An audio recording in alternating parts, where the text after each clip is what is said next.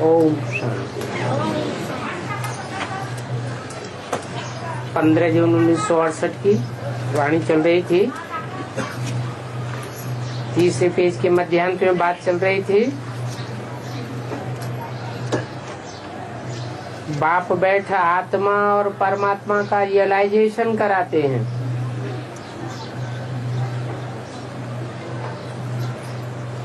आत्मा को ही नहीं जानते और परमात्मा बाप को ही नहीं जानते तो फिर क्या जानेंगे?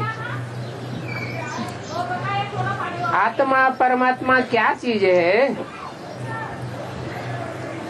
ये भी अर्थ किसी की बुद्धि में नहीं है कि आत्मा क्या चीज है।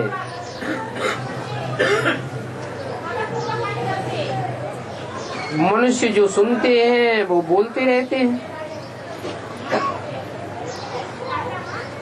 परंतु जो भी सुनते हैं रियलाइजेशन तो करते नहीं हैं, क्योंकि झूठी बातें सुनते रहते हैं। कोई कहते हैं आत्मा अंगुष्ठा में सल है, कोई कहते हैं आत्मा सो परमात्मा, परंतु जो भी सुनते हैं है बिल्कुल रंग। राइट बात तो बाप ही सुनते हैं, सुनाते हैं।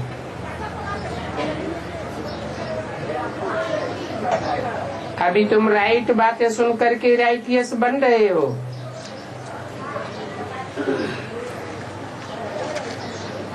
उन भक्ति मार्ग की बातों से फायदा कुछ भी नहीं है।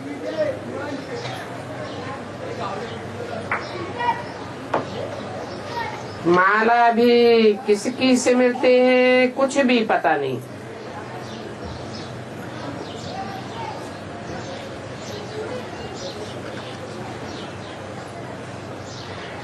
माला में होते हैं संगठित दाने, धागे में पिरोए हुए होते हैं। तो बुद्धि में आना चाहिए ना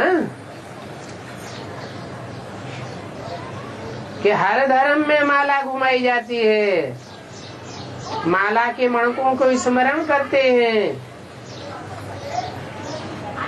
जरूर भगवान बाप ने आकर के ऐसी माला बनाई है जिसे भगवान को सारी दुनिया के लोग मानते हैं।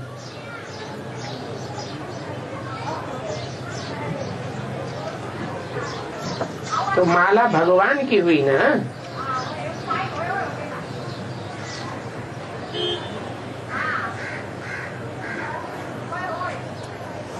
जैसे कि जट लोग होते हैं ना,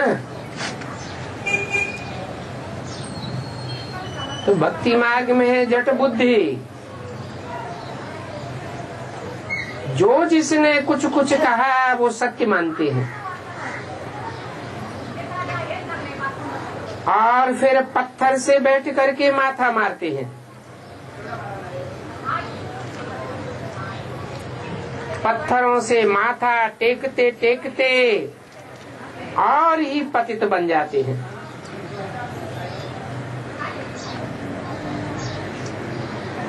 पतित बन जाते हैं, फिर माला से मिलने से क्या फायदा?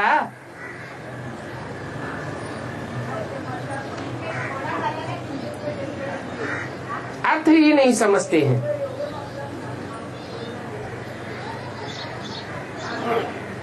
पत्थर में माथा मारते मारते और ही पत्थर बुद्धि बन गई। उनको कहा जाता है तुच्छ बुद्धि।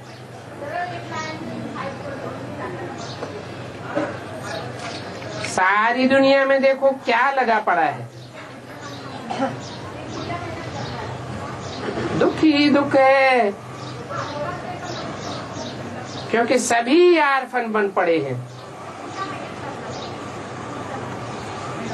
कोई निश्चित धनी दोरी तो है ही नहीं।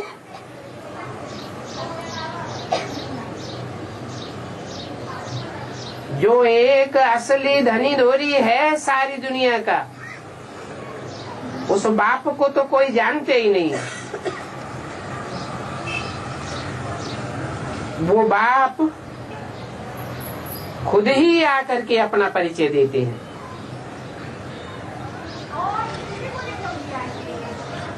कहते हैं ज्ञान से सदगति होती है।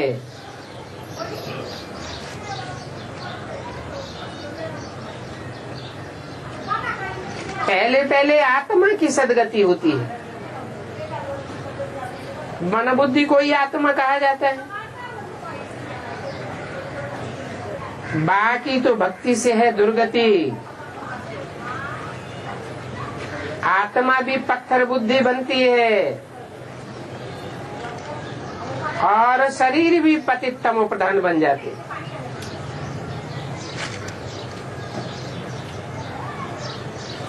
ये बातें भी बाप ही आकर के बतलाते हैं और कोई भक्त ऐसा नहीं कहेंगे कि भक्ति से दुर्गति होती है। ये भक्ति से दुर्गति वाली बात तो बाप ही आकर के समझाते हैं। नहीं तो हजारों वर्ष से भक्ति होती चली आई, कोई की बुद्धि में ये बैठा ही नहीं भक्ति से हम दुर्गति को पाते जाते हैं। अभी बाप कहते हैं ज्ञान जिंदाबाद और भक्ति मुर्दाबाद होती है।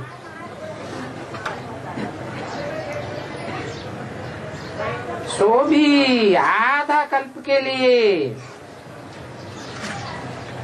ज्ञान की प्रारब्ध जिंदाबाद हो जाती है। आधा कल्प है भक्ति, और भक्ति शुरू होती है रावण राज्य से।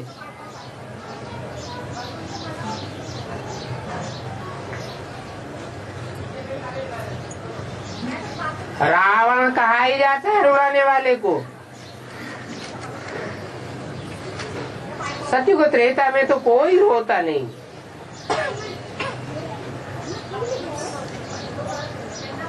क्योंकि वो है राम राज्य। राम को एक सिर दिखाते हैं और रावण को अनेक सिर दिखाते हैं।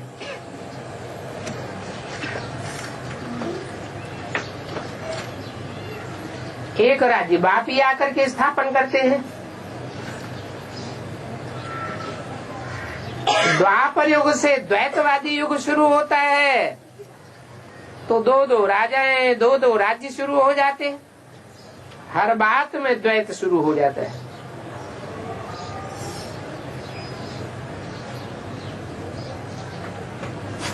रावण से भक्ति आती है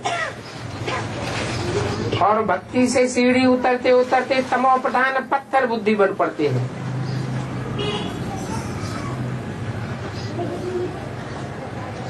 किसी के ऑक्यूपेशन को जानते ही नहीं। भगवान की कितनी पूजा करते हैं,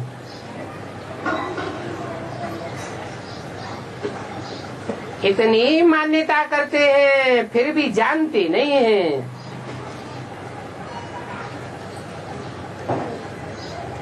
कुछ भी नहीं जानते तो अंधश्रद्धा हुई ना।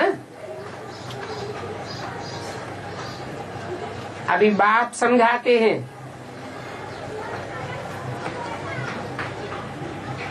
भगवान बाप से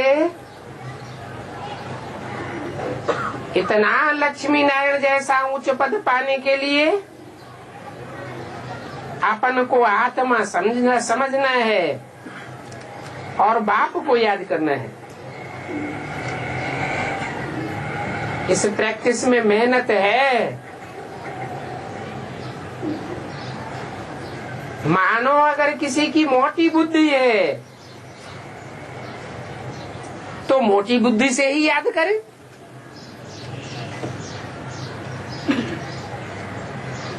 मोटी बुद्धि में मोटी बातें तो आ जाएंगी।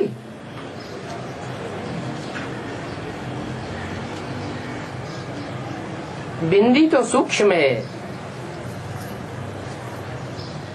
परंतु वो ज्योति बिंदु बाप जिस साकार में प्रवेश करता है वो भी तो जट बुद्धि बन जाता है। पत्थर पत्थर बन जाता है, तब तो कलयुग में आकर के पत्थर के लिंग बनाते हैं। तो बाप कहते हैं सूक्ष्म चीज याद नहीं आती तो मोटे रूप को ही याद करो। याद करते करते प्रैक्टिस पड़ जाएगी एकाग्रता की, तो महीन रूप भी याद आवेगा। परंतु याद एक को ही करें, अनेकों को याद न करें। गाते भी हैं, बाबा आप आवेंगे तो हम आप से ही बुद्धि योग जोड़ेंगे।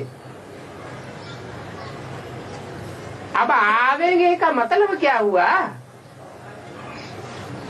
क्या सर्वव्यापी बन करके आवेंगे?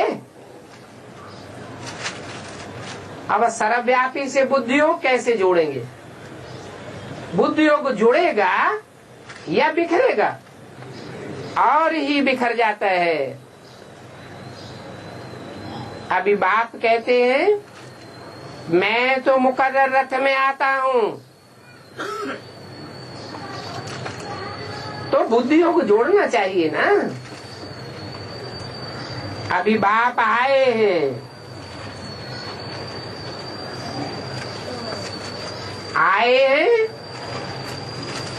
माना वो निराकार ज्योति बिंदु शिव कोई सर्वव्यापक होकर नहीं आया है। आए हैं माना प्रैक्टिकल में कोई तन में आकर के कार्य कर रहे हैं। अभी तुम बच्चे सभी किससे मिलने आए हो?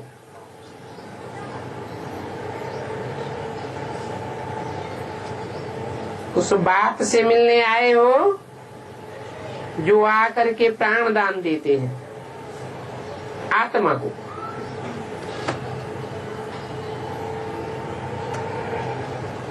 तो आत्मा अमरलोक में जाती है।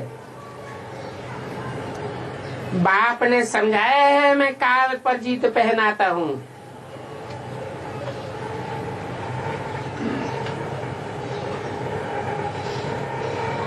तुम स्वेच्छा से शरीर त्यागेंगे।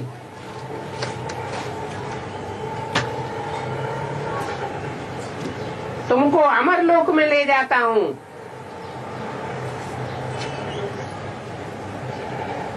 जहाँ काल कभी कोई को खाता नहीं, अकाले मौत होती नहीं। 15 जून 1968 की वाणी का चौथा पेज। भक्ति मार्ग में दिखाते हैं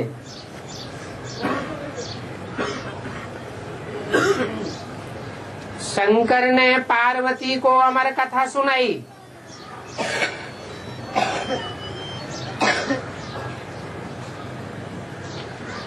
अभी अमरनाथ तो एक ही है।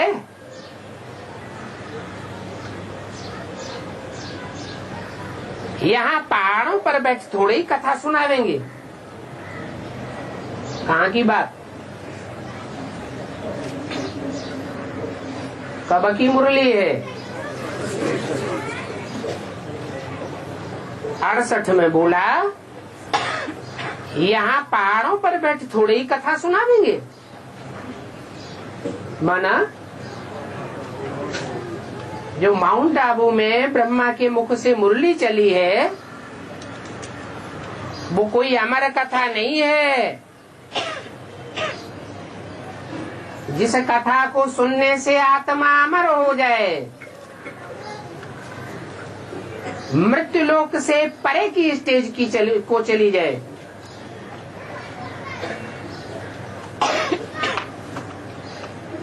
वो कथा कोई स्थूल माउंट आबू पहाड़ पर बैठकर नहीं सुनाई जाती है। शास्त्रों में लिख दिया है कैलाश पर्वत पर बैठ करके कथा सुनाई। इसका मतलब क्या हुआ? ये आत्मा की ऊंची स्टेज है। ऊंची स्टेज में बैठ करके कथा सुनाई। भक्ति मार्ग में तो जो भी कथा सुनाते हैं वो सब झूठी कथाएं लगा दी हैं। और बाप तो आकर के प्रैक्टिकल जीवन की सच्ची कथा आकर सुनाते हैं।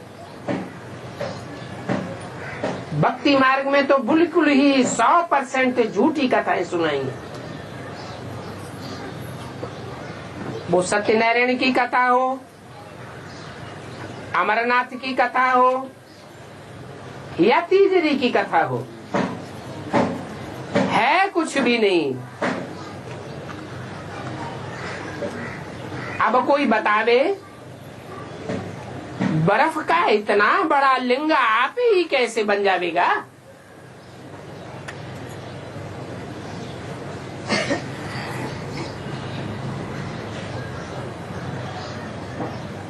तो बाबा ने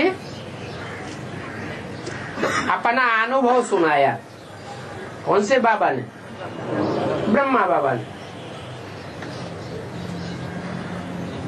कि अमरनाथ पर गुफा में सवेरे ही सवेरे बाबा चला गया। वहां एक ब्राह्मण बच्चा बैठ करके लिंग बनाए रहा था।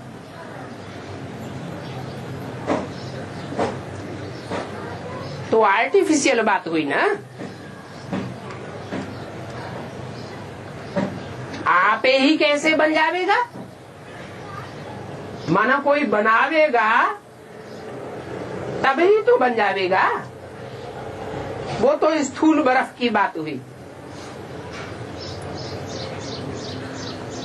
अब लिंग कोई बर्फ नहीं होता है। जो भगवान का लिंग ही पूजा जाता है। और देवताओं की तो सारी कर्मेंद्रियां पूजी जाती हैं। और देवताओं का लिंग नहीं पूजा जाता। और भगवान बाप का लिंग पूजते हैं।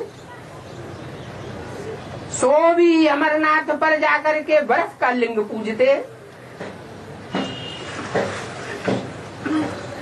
अब ये ऊंची स्टेज की बात है। ऐसी ऊंची स्टेज बनती है जो इंद्रियों में कड़ी काम इंद्रिय है वो भी शीतल हो जाती है, निर्विकारी बन जाती है।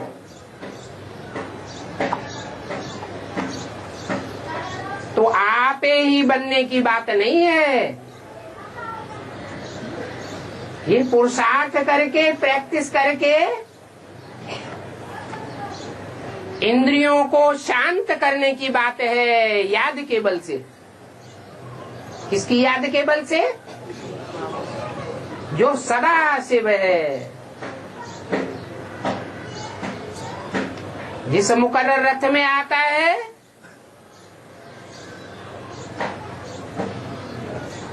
तो उसकी इंद्रियों को पहले शीतल बनाता है। बाकी आपे ही शीतल बन जावे ऐसी कोई बात नहीं है।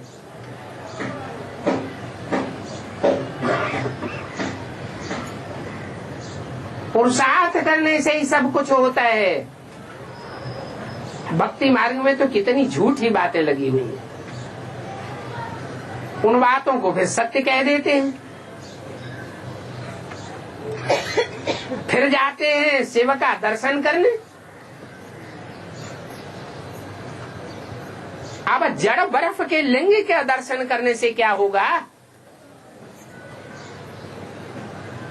ये दर्शन करना भी कोई हद की बात नहीं है।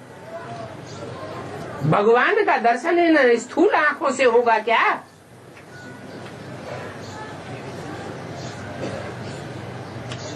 वो परम पवित्र स्टेज जिसे एवर प्योर स्टेज कहा जाता है वो इन आंखों से दिखाई पड़ेगी क्या? ये तो ज्ञान की समझने की बातें हैं।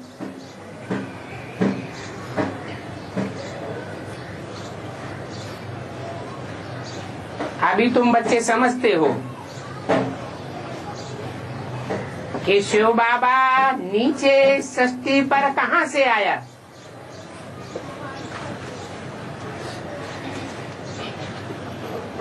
कहाँ से आया?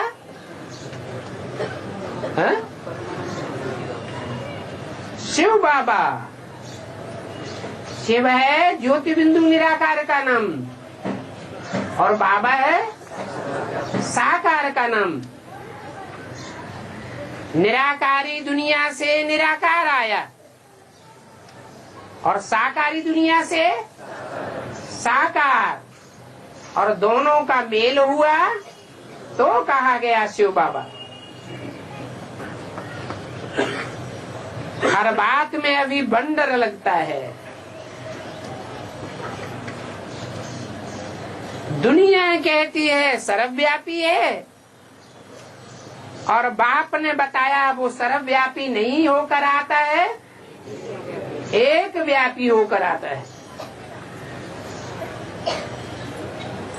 भक्ति मार्ग में जहां जाओ सभी वंडरफुल बातें हैं।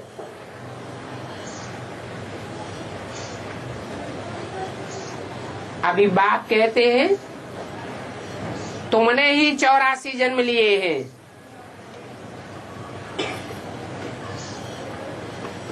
तुमने माने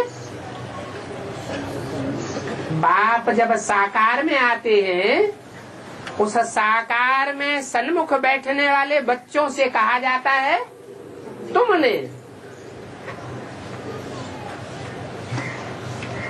जो बाप के साकार में आकर के नहीं बैठते, पूर्व जन्म के इतने ऐसे कर्म किए हुए नहीं हैं जो साकार में सानिध्य हो सके। 500-700 करोड़ मनुष्य तो साकार में नहीं आवेंगे, इसलिए बोला तुमने।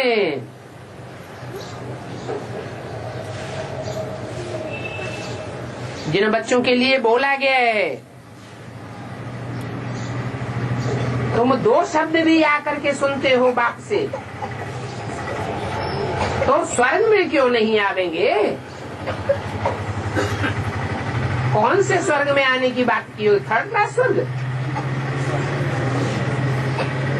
8.25 कला संपूर्ण। जब बाप लक्ष्य देते हैं स्वर्ग का, तो 16 कला संपूर्ण स्वर्ग का लक्ष्य देते हैं। उस स्वर्ग में आने वाले बच्चों की संख्या करोड़ों की तादाद में नहीं हो सकती। बहुत थोड़े बच्चे हैं जो 84 जन्म लेते हैं, और ये 84 का चक्र लगाने वालों ने सबसे जास्ती तीर्थ आदि किए हैं। कितने धक्के खाए होंगे। जो कम जन्म लेते हैं वो इतनी भक्ति नहीं करते। तुमने भक्ति भी जास्ती की है तो ज्ञान भी तुम जास्ती उठाते हो। तुम अपने 84 जन्मों की गुह्य गति को जल्दी जान जाते हो, क्योंकि तुम ही बीज रूप स्टेज में जाते हो और तुम ही विस्तार में भी जाते हो। तो सार में टिकना और विस्तार में जाना, ये प्रैक्टिस तुम बच्चों को जितनी है, उतना प्रैक्टिस और धर्म में कन्वर्ट होने वालों को नहीं है। तो तुमने भक्ति में कितने धक्के खाए होंगे। धक्के खाते खाते जा करके पट्ट में पड़े हो।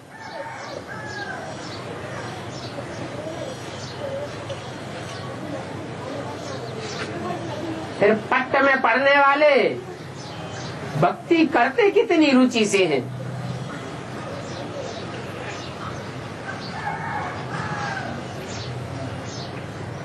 ऐसी तो भक्ति करते हैं कि भक्ति करते करते जान भी दे देते हैं। कहाँ की बात बताई है? काशी करवट खाते हैं।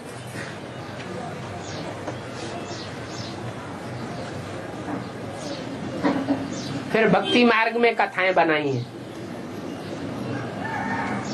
रावण की कथा बना दी, 100 शीशों को काट काट शंकर को मैंने पूजा है।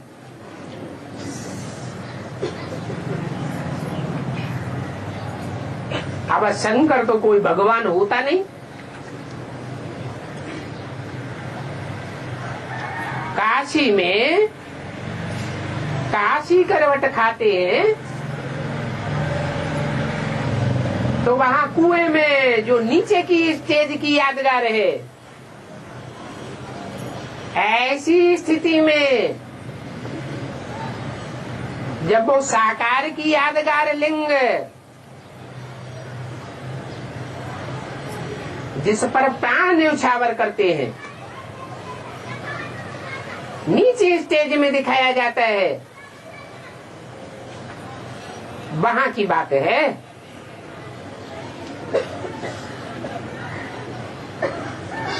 तो जान देने के लिए भी तैयार हो जाते हैं। तैयार ही नहीं, प्रैक्टिकल में जान भी दे देते हैं। फिर यहाँ ज्ञान मार्ग में क्या शूटिंग होती होगी है?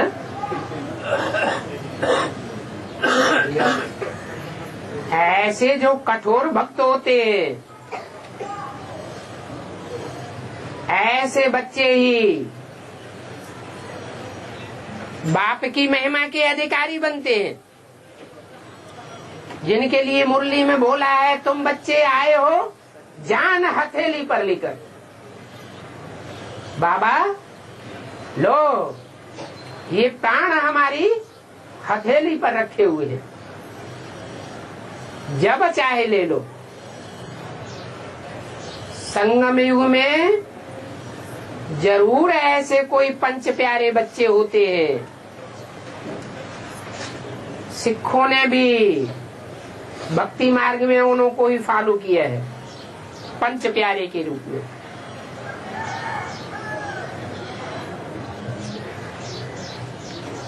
तो भक्ति मार्ग में शांत शास्त्रों को भी बहुत मान देते हैं।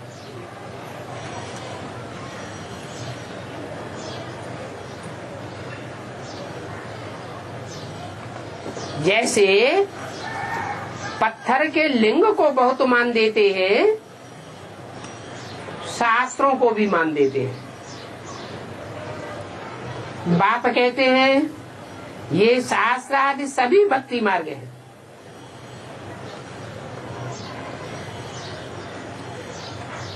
उनसे कोई की भी सदगति नहीं हो सकती।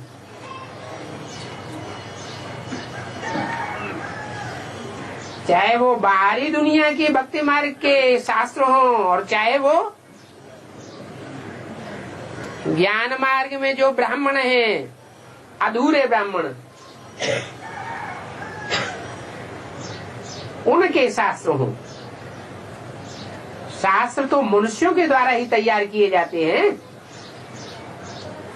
मनुष्य जो भी रचना रचेगा उसमें अपनी मनमत तो कुछ न कुछ मिक्स हो जाती है। तो उस मनमत से सदगति नहीं हो सकती, और ही दुर्गति होती आई है। सदगति तो कहा ही जाता है, सदगति को, सच्ची गति को सदगति कहा जाता है। दूध के घड़े में एक बूंद विष डाल दिया जाए सर्प का, तो वो सदगति को जावेगा, अमृत तत्व को जावेगा, अमृत पावेगा, दिलावेगा, या सारा ही विष बन जावेगा। ये संग के रंग की गति है। इसलिए कहते हैं एक बाप को याद करो। अगर कोई दूजम को भी याद किया या संग का रंग लिया तो भी सदगति नहीं होगी।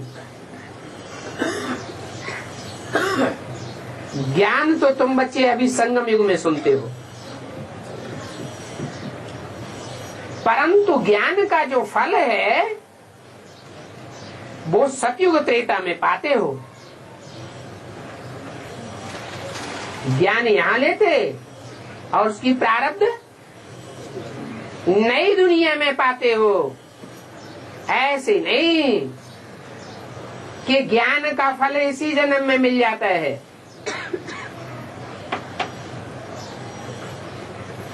यहाँ भी जो बच्चे भक्ति मार्ग त्याग नहीं सकते हैं बुद्धि से, वो भगवान से इसी जन्म में प्राप्ति करना चाहते हैं।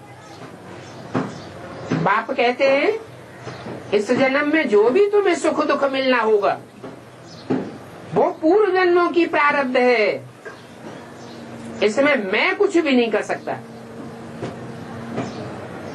मैं तो आत्मा के लिए प्राप्ति कराने आया हूँ और आत्मा का कनेक्शन इस जन्म के शरीर से है या भविष्य जन्मों से है। आत्मा का कनेक्शन भविष्य के 84 जन्मों से है। तो मैं भविष्य की प्राप्ति कराने आता हूँ, उसमें भी जितना जितना तुम श्रीमत पर चलेंगे उतना स्वर्ग की प्रारब्ध प्राप्त करेंगे, सुख का प्रारब्ध पावेंगे। और जितना मनमत या मनुष्य मत पर चलेंगे उतना दुख की प्रारब्ध भी मिक्स होती रहेगी। इसलिए द्वैतवादी द्वापर युगी कलयुगी दुनिया में दुख भी बढ़ता जाता है। बढ़ते बढ़ते सुख बहुत स्वल्प रह जाता है और दुख परसेंटेज में बहुत हो जाता है। काग बिष्टा समान सुख रह जाता है। तो बाप कहते हैं कि भक्ति का फल भी तुम आधा कल्प भोगते हो। रावण माना ही भक्ति, क्योंकि रावण से ही भक्ति आती है। वो अनेक सिर हैं, उनमें बुद्धि योग लगाने से तुम द्वापर कलयुगी दुखी दुनिया की प्रारब्ध पावेंगे।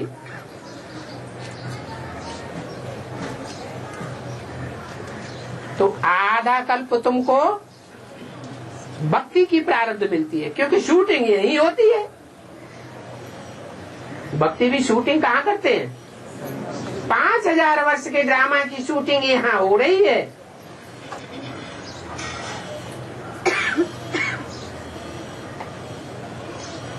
तुमको अभी स्वर्ग का अथवा विश्व का मालिक बनाते हैं। और जो दूसरे धर्म में कन्वर्ट होने वाली आत्माएं हैं या ब्राह्मण आत्माएं हैं, कच्ची कन्वर्टेड ब्राह्मणों की दुनिया की आत्माएं हैं, वो ऐसी प्राप्ति नहीं करती। कैसी? विश्व का मालिक नहीं बनती। विश्व की जो राजाई में देता हूँ उसमें अंश मात्र भी प्राप्ति उनकी नहीं होती है। वो राज्याधिकारी भी नहीं बन सकेंगे। और तुम तो नंबरवार विश्व के मालिक बनते हो। नंबरवार क्यों कहा? क्योंकि 100% तो एक ही होता है और बाकी नंबरवार और जो राज्याधिकारी होंगे उनको नंबरवार कहा जाता है। ये बात तुम ही जानते हो।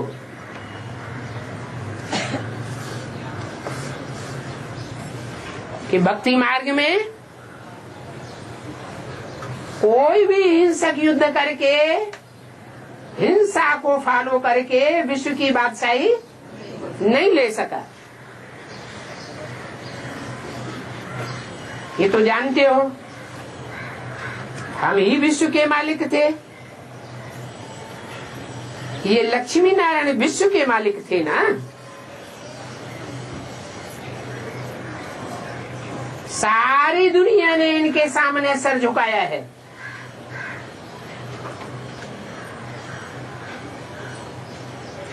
सारी दुनिया के दिलों पर इन्होंने राज्य किया है।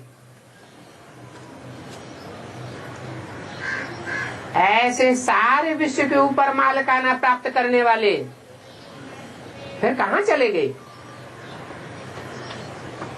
एक को भी पता नहीं है।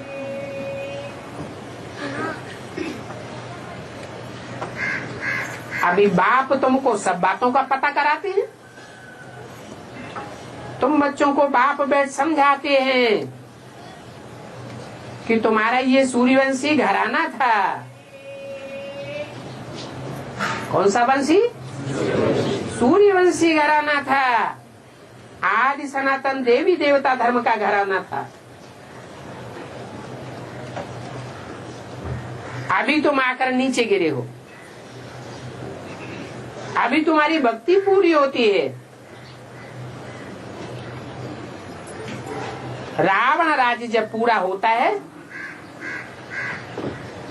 तब ही मैं आता हूं।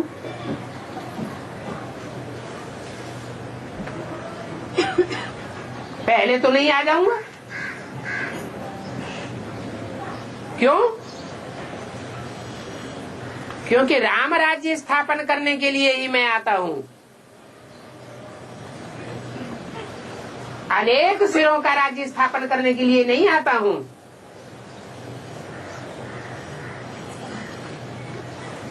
ये रावण राज्य क्या होता है और राम राज्य क्या होता है, ये बात तुम ही समझते हो। क्या होता है? अनेकों का राज्य माना रावण राज्य, और एक का राज्य, एक का कंट्रोल, एक का शासन माना राम राज्य। कोई भी मनुष्य मात्र इस बात को नहीं जान सकते हैं। कितनी अंधश्रद्धा है। राम और रावण के पुतले बनाते रहते हैं, रामलीला खेलते रहते हैं। अभी तुम्हारी बुद्धि में है कि भारत कितना ऊंचा था।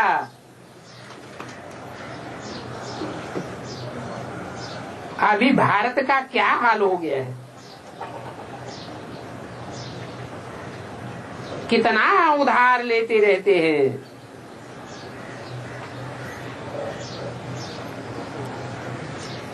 आमदनी तो कुछ भी है नहीं, खर्चा ही खर्चा है। ये कैसे होगा? है? जिसकी आमदनी कुछ न हो, खर्चा ही खर्चा होता हो, ये हो सकता है? है? कैसे? हाँ, उधार लेते जाते हैं। ऋणम कृत्वा घटम पीवे।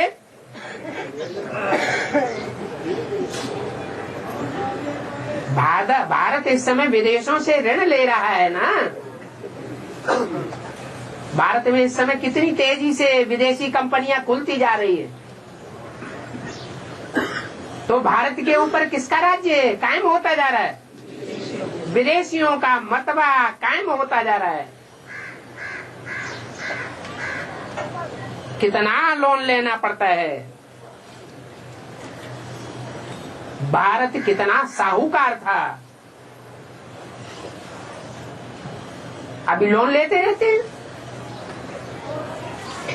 पहले इतना साहूकार था जो शास्त्रों में कुबेर के खजाने गाए हुए हैं। है? ये कौन है कुबेर? है? किसका मालिक? हाँ, ज्ञान धन का मालिक कौन है? शिव बाबा है प्रजापिता। अरे फिर लोन काहे के लिए लेता है? हैं? भारत में अंत में भिखमंगा बन जाता है। कोई सिल्वर का कटोरा लेकर के भीख मांगते हैं, कोई रॉयल भिखारी होते हैं। लेते तो है ना, जो लिया हुआ है वो वापस करना पड़ेगा या नहीं करना पड़ेगा? करना तो पड़ेगा। इसी जन्म में वापस करना पड़ेगा या सचिव त्रेता में वापस करेगा? कैसे है?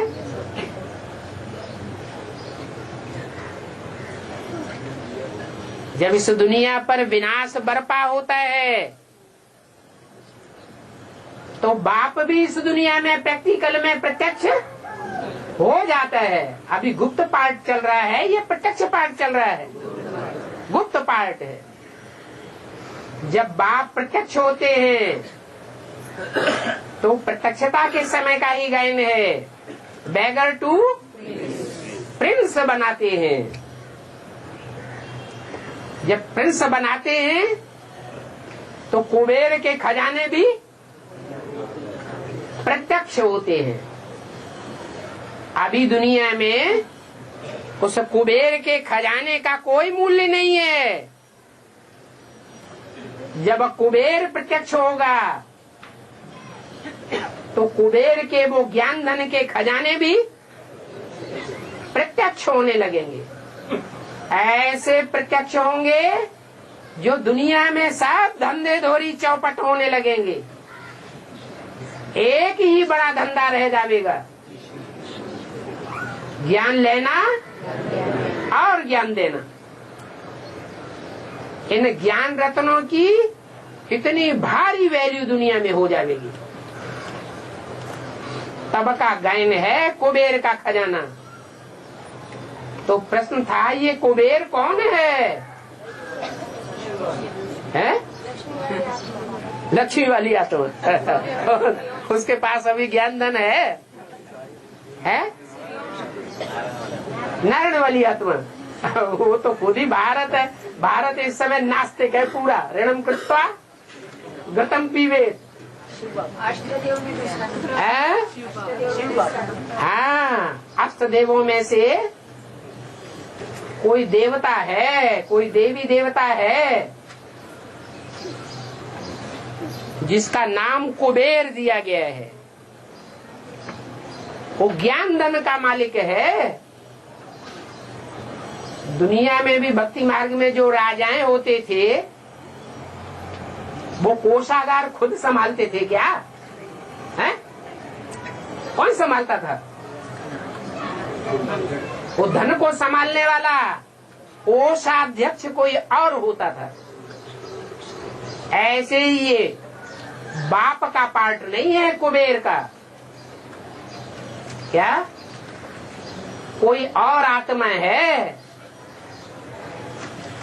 जिसके हाथ में ये चाबी रहती है कुबेर के खजाने की?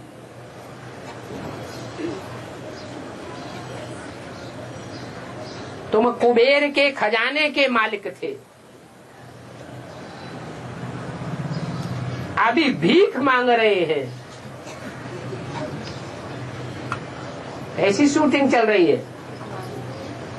कुबेर भी मौजूद है, कुबेर का बेहद का खजाना भी मौजूद है, लेकिन फिर भी भीख मांग रहे हैं। और ऐसे भिखमंगे बने पड़े हैं कि पाई पैसे पैसे के लिए हैरान है भारत। अरे हैरान है या नहीं हैरान है? ब्रह्मा बाबा के पास 300-400 का हुजूम था, बारात लगी पड़ी थी। तो उसकी पालना की उनको चिंता थी या नहीं थी? है? नहीं थी? थी। अभी भी ब्रह्मा सो विष्णु की स्टेज प्राप्त कर गया है, यह ब्रह्मा की ही स्टेज में है? अभी भी वही शूटिंग चल रही है। उस समय 300-400, अभी वो हुजूम बढ़ करके 600-650 का हो गया।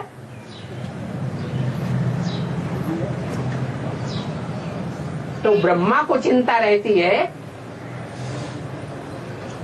या विष्णु और शंकर को चिंता रहती है? ब्रह्मा को चिंता रहती है।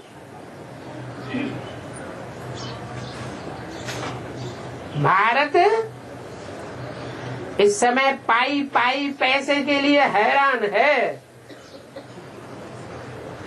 ये है ही हैरानी की दुनिया। क्यों?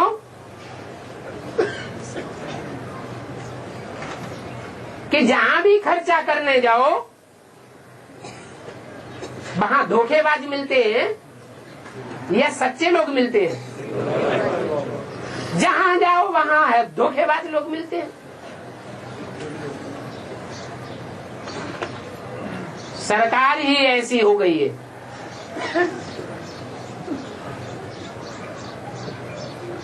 बैंकों के ऊपर लोगों को विश्वास नहीं है। पता नहीं बैंकों का कब दिवाला निकलने लगे। ऐसे ऐसे कारोबार दिखाई पड़ते हैं। कंपनियों के ऊपर लोगों को विश्वास नहीं है। दिन ब दिन कंपनियां फेल होती रहती है।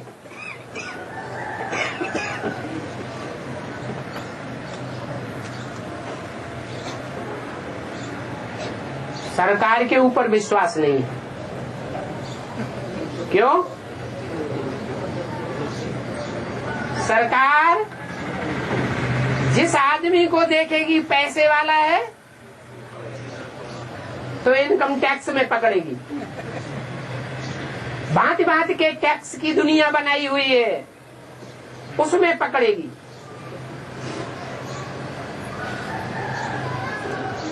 कोई प्रॉपर्टी की भी खरीदारी की जाए तो उसमें भी सरकार का हिस्सा लगा हुआ है। स्टाम्प पेपर के रूप में खरीद लेगी। तो हैरानी ही हैरानी है। जिन लोगों से वास्ता पड़े वो कोई न कोई 420 करने में लगे हुए हैं।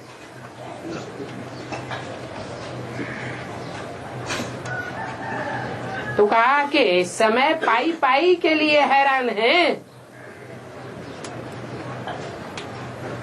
कहा ऐसा भी टाइम था जो भारत सोने की चिड़िया थी। उस सोने की चिड़िया को हर एक कोई अपने हाथ में लेने के लिए आतुर था। कहा देखो अभी भीख मांग रहे हैं।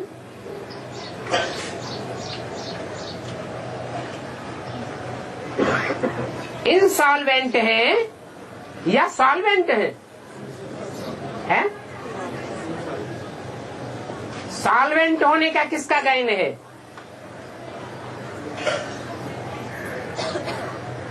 अरे ये सब 5000 वर्ष के ड्रामा में कभी सॉल्वेंट भी होते हैं। कब? भरपूर। लक्ष्मी नारायण सॉल्वेंट थे या इंसॉल्वेंट थे? सॉल्वेंट थे। अभी इंसॉल्वेंट बन पड़े।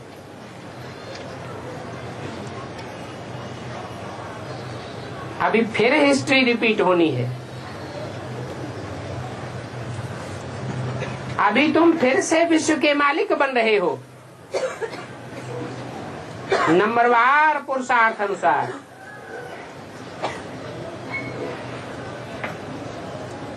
ज्ञान से तुम आधा कल्प सुखी होते हो,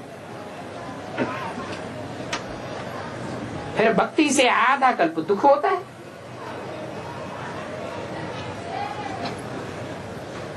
भक्ति मार्ग में अगर सुख भी है तो अल्प काल के लिए सुख है। जो ज्ञान मार्ग की प्रारब्ध काल का सुख है वो अल्प काल का है या दीर्घ काल का है? 2 युगों तक तुम सुखी ही सुखी रहते हो। अभी तो काग विष्टा समान सुख है।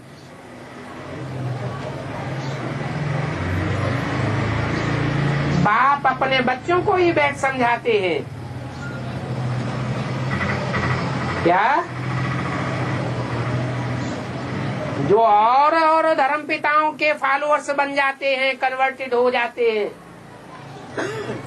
उन कच्चे ब्राह्मण सो देवताओं को नहीं समझाते हैं।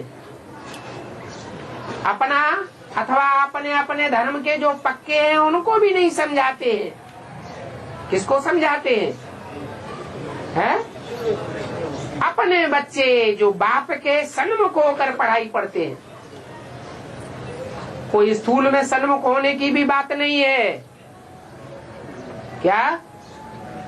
स्थूल में तो सन्मुख होने वाले बहुत होते हैं। ये अंदर की बात है। मनसा वाचा कर्मणा सत्यमुख हो, सन्मुख हो, तब बात है। मनसा में भी कोई विरोधी संकल्प ना आवे, उनको कहेंगे सन्मुख। अगर बैठे सन्मुख हैं और विरोधी संकल्प आ रहे हैं तो सन्मुख कहेंगे या विमुख कहेंगे? विमुख कहा जाएगा। भगवान वाच है, मैं तुमको राजाओं का राजा बनाता हूं। किनको? किनको? जो सन्मुख हो करके पढ़ाई पढ़ते हैं उनको मैं राजाओं का राजा बनाता हूं। गीता में अक्षर बल पढ़ते हैं राजयोग, परंतु अर्थ नहीं समझते हैं। पढ़ने वाले भी नहीं समझते हैं और पढ़ाने वाले भी नहीं समझते हैं। भगवान को सर्वव्यापी कहना ये कितना बड़ा गपोड़ा है।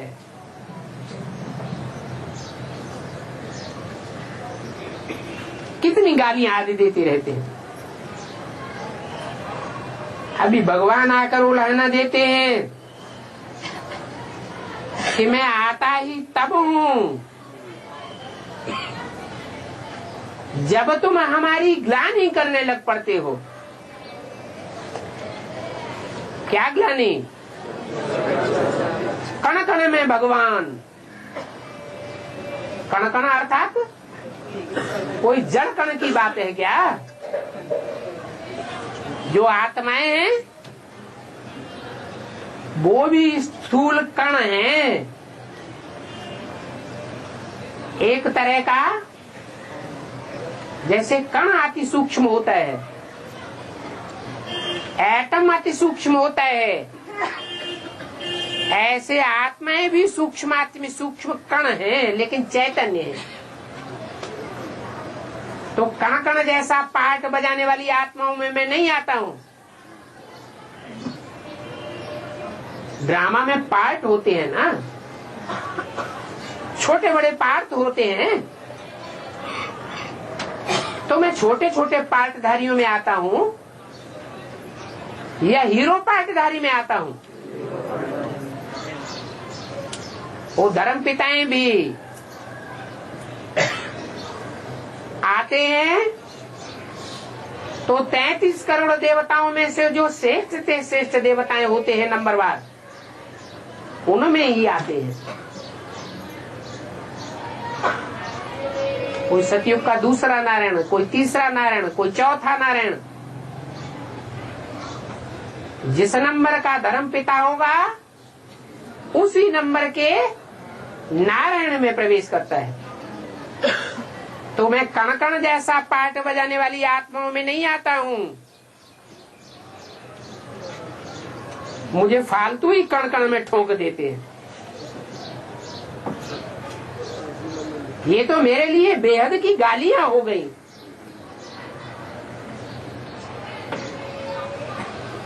कहते हैं ना, जास्ती गालियां देंगे,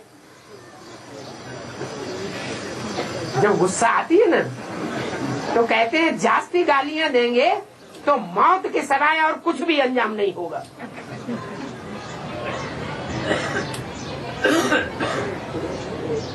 मौत ही मौत देखेंगे। मुरली में भी बोला हुआ है, बहुत तंग करेंगे तो विनाश करा दूंगा।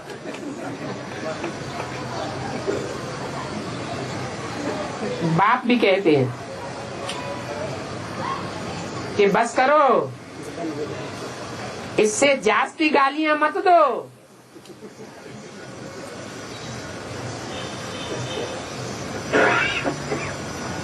जब आलस्य बहुत बढ़ता है संसार में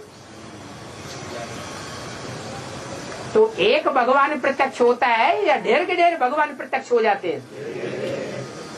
घर घर में पति परमेश्वर भी भगवान साबित होकर रहता है।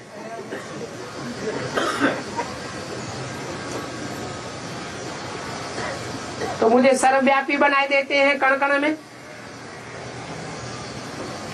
तो बोला जास्ती गालियां मत दो, बस करो। फिर भी अगर तुम सुधरते नहीं हो तो विनाश को पावेंगे। क्या कहा? अभी ये शूटिंग चल रही है कि नहीं चल रही है? क्या है? एक भगवान नहीं है पतित पावन बनाने वाला। ब्राह्मणों की दुनिया में भी अभी क्या हो रहा है? ढेर के ढेर भगवान तैयार हो रहे हैं। जो पतितों को पावन बनाना का धंधा शुरू कर रखा है। बाप कहते हैं जास्ती गालियां न दो। तुम बहुत ग्लानि करते हो। तुम माने हैं? बेसिक वाले करते हैं या तुम करते हो? हैं? ज्यादा भगवान कहाँ पैदा होते हैं? एडवांस वालों में, रुद्रमाला के मणकों में या बाहर की दुनिया में? तुम बहुत ग्लानि करते हो और मैं तुमको भी सदगति देता हूं। तुम फिर भी मेरी इतनी ग्लानि करते हो। 24 अवतार, कच्छ अवतार, मत्स्य अवतार, अच्छा वो भी छोड़ दिया। ये 24 अवतार बोल दिए, वो भी छोड़ दिया, माफ है। फिर कहते हो ठिक्कर में है, भीतर में है।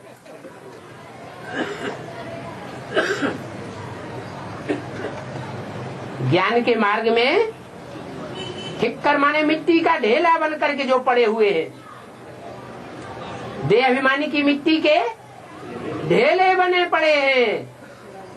थोड़ी सी माया की ठोकर लगती है और बिखर जाते हैं। ऐसे ठिक्कर बुद्धियों में भी कहने लग पड़ते हो। और भीत के समान जो भीतर बुद्धि है, ज्ञान मार्ग में दीवार बन करके खड़े हो जाते हैं माया की तरह। न खुद भगवान को पहचानते, न दूसरों को पहचानने देते हैं। ऐसे में भी मुझे व्यापक बताए देते हो। 24 अवतारों में माफ क्यों कर दिया है? 24 अवतारों में माफ क्यों बोला? उनमें ठिक्कर भीतर नहीं है ना कोई। वो तो बहुत लिमिटेड है, 24 ही है। तो उनमें बाप प्रवेश, गीता में तो फिर भी 4 ही बताए। उनमें बाप प्रवेश होते हैं? प्रवेश नहीं होते हैं, समझ लेते हैं भक्ति मार्ग वाले। कच्छ मच्छ में आता हूँ क्या? कोई साबित कर सकता है कि मैं जानवरों में आता हूँ? जानवर बुद्धि में मैं आऊंगा क्या? अवतारों में जानवर तो नहीं? ढेर सारे जानवर ही जानवर हैं। मैं जानवर बुद्धियों में तो नहीं आऊंगा। अरे मनुष्य की बुद्धि मनन चिंतन मंथन करती है या गणेश हनुमान मनन चिंतन मंथन करेंगे? कच्छ मच्छ अवतार मंथन करेंगे?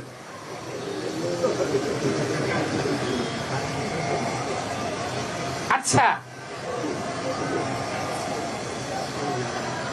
कच्छ मच्छ अवतार भी माफ छोड़ दो। कहते हैं ठिक्कर भीतर में हूं। अभी तो मैं ये बात सहन नहीं कर सकता।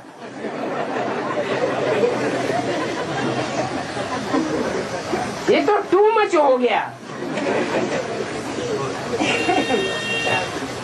तुम कितना मेरा अपकार करते हो, परंतु ये अपकार भी ड्रामा में नूद है।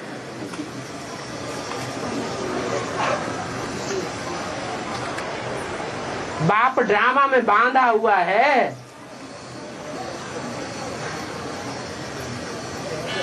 बाप ये ड्रामा की बात सोच करके फिर भी सभी पर आकर के उपकार करते हैं। ड्रामा जब याद आता है तो दोष किसी का नहीं है।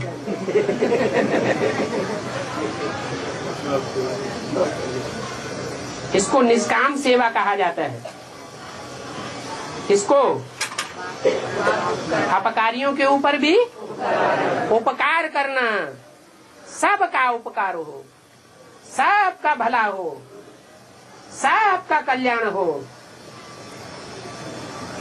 बच्चों को राज्य दे करके खुद वानप्रस्थ में चले जाते हैं।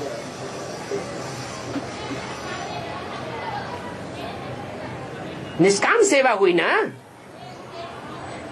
मैं स्वर्ग का राज्य नहीं करता हूँ। करता हूँ मैं माने कहने वाला कौन है? हाँ, शिव बाबा तो है, लेकिन दो आत्माएं है ना। Supreme soul. मैं स्वर्ग का राज्य नहीं करता हूँ। मैं स्वर्ग का राज्य करूं तो फिर मुझे नरक का भी राज्य करना पड़ेगा।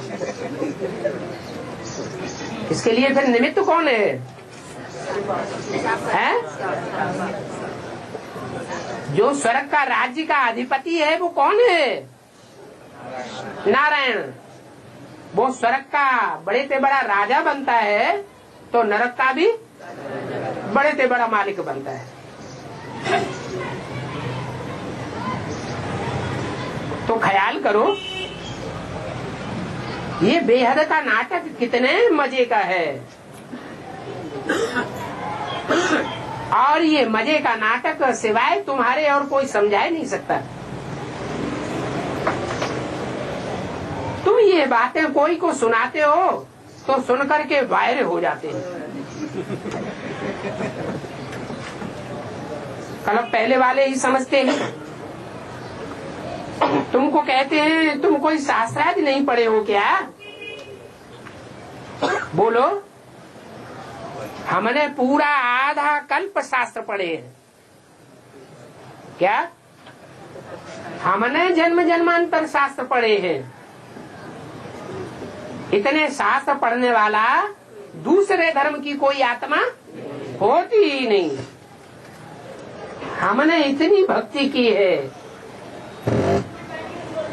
इतनी भक्ति तो तुमने भी नहीं की होगी। उनको बताओ जितनी भक्ति हमने की, जितने शास्त्र हमने पढ़े, हमको तो एक्यूरेट मालूम है।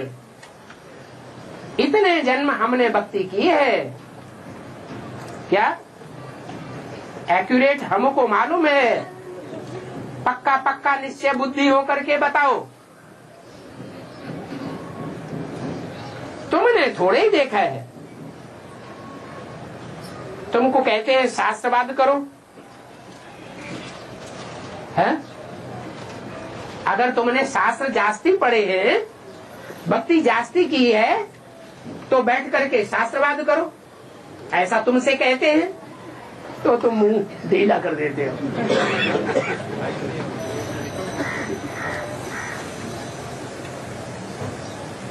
तो फिर वो बोलने लग पड़ते हैं। तुम बोलो, ये शास्त्र आदि सुनना सुनाना ये सब भक्ति मार्ग है। क्योंकि भक्ति रावण से आती है, मनुष्य गुरुओं से आती है, और ज्ञान तो सिर्फ एक भगवान बाप ही से आता है। ये तो ज्ञान है।